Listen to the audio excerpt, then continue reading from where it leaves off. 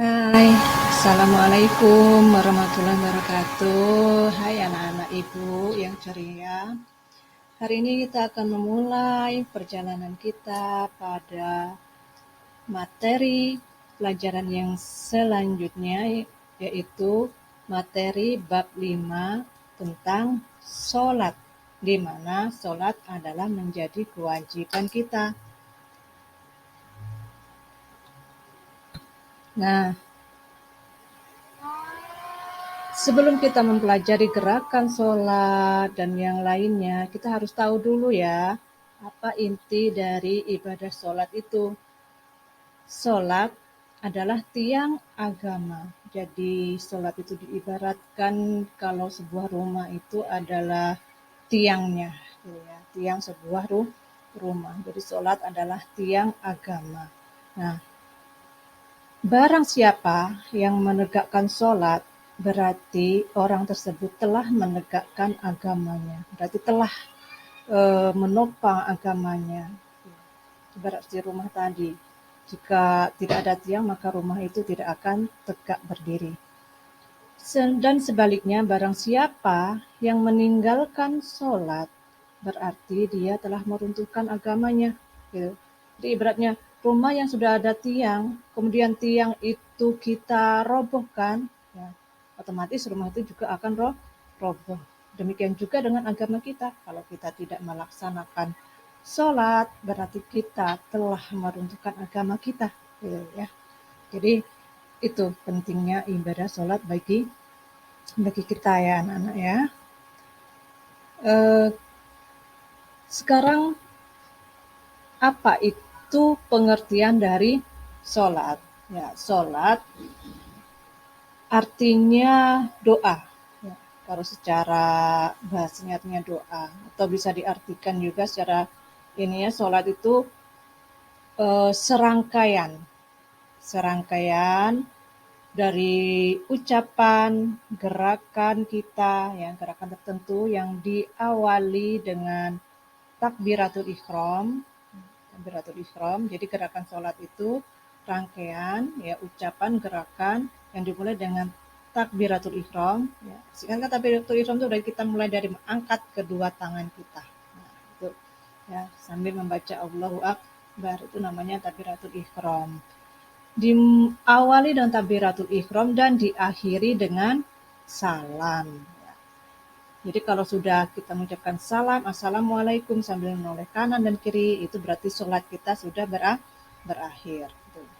Jadi suatu perbuatan, gerakan yang diawali dari takbiratul ihram dan diakhiri dengan salam. Itu rangkaian ibadah sholat. Selain itu, mengapa sih kita harus sholat? Karena sholat itu bisa mencegah kita dari perbuatan keji dan mungkar gitu. Dengan sholat maka kita akan punya rem, ibaratnya ya, rem agar kita tidak terjerumus pada perbuatan yang tidak baik. Dan selain itu, sholat merupakan ibadah yang pertama kali nanti akan dihisab, yang akan diperhitungkan di yaumul akhir, setelah hari kiamat nanti, setelah eh, akhir perjalanan dunia kita ini. Jadi setelah di akhirat nanti, gitu, amal pertama yang dinilai adalah sholat kita. Gitu. Makanya jangan diremehkan ya sholatnya. Gitu. Nah sekarang sebelum kita pelajari tentang bacaannya, kita pelajarin dulu dasarnya, gerakannya gimana sih, urutannya gimana. Nah di sini sudah Ibu buatkan rangkaian gerakan sholat. Di sini ada 10 ya. Ini sebagai dasarnya. Nanti kita pelajari juga bacaannya. Sekarang kita tahu dulu gerakannya. Nah, yang pertama, ini ya, nomor 1 ya.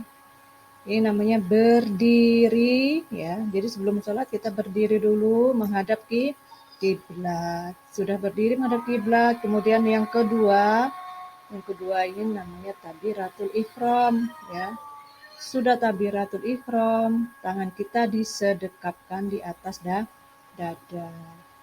Setelah melakukan bersedekap, gerakan selanjutnya adalah gerakan rukuk. Nih ya, yang badannya menunduk ya. Namanya gerakan rukuk. Setelah rukuk, bangkit dari rukuk ya, sambil membaca Sami Allahu liman hamidah, itu namanya itidal. Setelah itidal,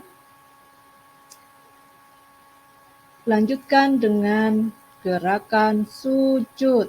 Nih yang nomor 6 ya, sujud. Terus sudah sujud ada gerakan yang nomor 7, duduk di antara dua sujud. Kalau posisi kakinya itu sama seperti ketika duduk ini tahiyat awal ya, posisi kakinya. Nah, setelah itu ada gerakan lain lagi. Kalau yang selanjutnya untuk rakaat kedua, ketiga sampai keempat itu sama gerakannya, hanya diulang ya.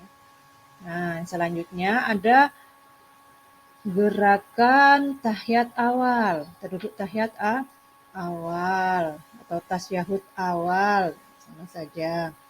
Udah ada tasyahud awal, kemudian tasyahud akhir. Nah, dan yang terakhir sholat kita ditutup dengan salam. Berarti sudah ya, sudah selesai gerakan sholatnya. Nah, ini tadi ya yang nama-nama yang tadi Ibu jelaskan, gerakan sholatnya. Bisa tuh berdiri, 2 takbiratul ihram, 3 meletakkan tangan di pusar atau bersedekap, kemudian yang keempat rukuk, 5 itidal, 6 sujud, ketujuh duduk di antara 2 sujud, 8 duduk tasyahud awal, 9 duduk tasyahud akhir, dan yang terakhir ke-10 salam. Oke. Nah, sekarang ada beberapa hikmah yang bisa kita peroleh gitu. Hikmah atau manfaat ya yang bisa kita peroleh apabila kita selalu mengerjakan sholat gitu. Yang pertama, dengan sholat kita selalu mengingat Allah gitu. Jadi salah satu cara kita mengingat Allah yaitu dengan sholat ya, sholat gitu. Berarti kalau kita tidak sholat berarti kita tidak ingat dengan Allah dong. Gitu. Yang kedua, hikmahnya bisa mendekatkan diri kita kepada Allah. Jadi salah satu cara mendekatkan diri kepada Allah itu dengan sholat. Gitu. Maka dengan sholat, maka hati kita ya akan mudah merasakan tentram. Gitu. Jadi bisa lebih ada ikatan dengan Allah. Selanjutnya yang ketiga, dengan sholat ya kita belajar disiplin waktu. Mengapa bisa kita belajar disiplin waktu ya? Ya karena sholat kan memiliki waktu-waktu tertentu gitu dalam melakukannya. Ada waktu-waktunya. Kalau subuh berarti dikerjakan waktu subuh, zuhur dikerjakan pada waktu zuhur dan seterusnya. Nah, situ kita harus, berarti kalau kita ini rajin ya, berarti disiplin gitu. Bisa melatih kedisiplinan kita, apalagi sholatnya tepat waktu gitu. Yang keempat ya, hidup bersih ya. Mengapa kok dengan sholat kita terbiasa dengan hidup bersih ya? Iya, karena salah satu syarat kita mengerjakan sholat kita harus berwudu. Tahu kan, berwudu berarti kita membasuh badan kita gitu. Jadi sehari berapa kali coba kita berwudu? Minimal kalau sholat 5 waktunya berarti 5 kali kita membersihkan badan kita gitu. Ya, otomatis ya pasti ya bersih lah. Kalau misalnya muka setiap sehari minimal 5 kali kita cuci gitu. Maka wajah kita akan bersih dari debu dan kotoran. Selanjutnya, hikmah yang kelima, hidup tertib dan teratur. Gitu. Dengan kita rajin, sholat terus, dan tepat waktu, maka hidup kita akan lebih tertib, lebih teratur, ya, lebih terarah daripada yang tidak sholat gitu. Jadi jadinya apa aut-autan gitu ya. Gitu. Yang keenam, bersikap rendah hati. Ya.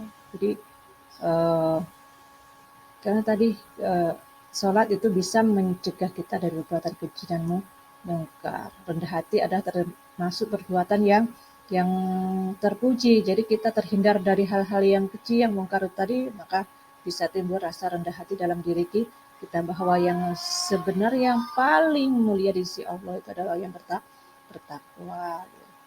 Selanjutnya, oke, yang nomor 7, hidup damai.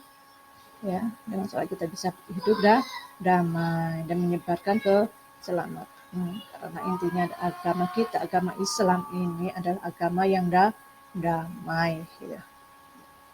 Yang kedelapan, hati kita bisa menjadi tenang dan tentram. Coba ya anak-anak rasakan sendiri kalau lagi sholat, gitu ya. Apalagi sholatnya khusyuk ya, di hati kita akan terasa tenang ya.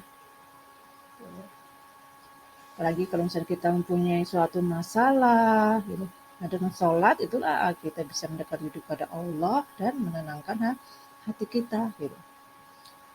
Kesembilan, ya, sholat bisa membina kebersamaan, ya, persatuan dan persaudaraan. Ya, contohnya kalau kita melaksanakan sholat berjamaah gitu. Ya, dengan berjamaah kita bisa berkumpul ya bersama saudara-saudara kita sesama muslim ya.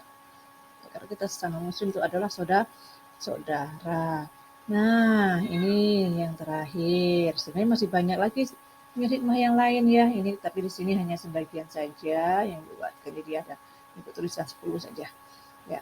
Yang terakhir memelihara diri dari perbuatan dosa gitu. Itu tadi yang sholat itu bisa mencegah kita dari perbuatan keji dan mungkar. Oke anak-anak ya untuk materi hari ini uh, cukup dulu ya dan ibu harapkan kalian rajin-rajin melaksanakan sholat gitu. Jangan sampai kalian menjadi orang yang menghancurkan agama dengan tidak melaksanakan sholat gitu. Oke, ketemu lagi nanti pada materi selanjutnya dan semangat belajar terus ya. Pantang menyerah ya karena kita belajar agama ini adalah untuk eh, tujuan hidup akhir kita ya. Karena hidup kita bukan dibatasi dunia, tapi hidup kita yang sebenarnya adalah di akhirat. Gimana bisa kita mencapai kebahagiaan di akhirat? Sebenarnya itu adalah dengan melaksanakan sholat, bisa mendapatkan kebahagiaan bukan hanya di dunia tapi di akhirat. Dan semua itu bisa kita capai apabila kita tidak meninggalkan sholat gitu ya. Jadi sholat adalah kunci utamanya. Oke, sampai ketemu pada materi selanjutnya ya. Assalamualaikum warahmatullahi wabarakatuh.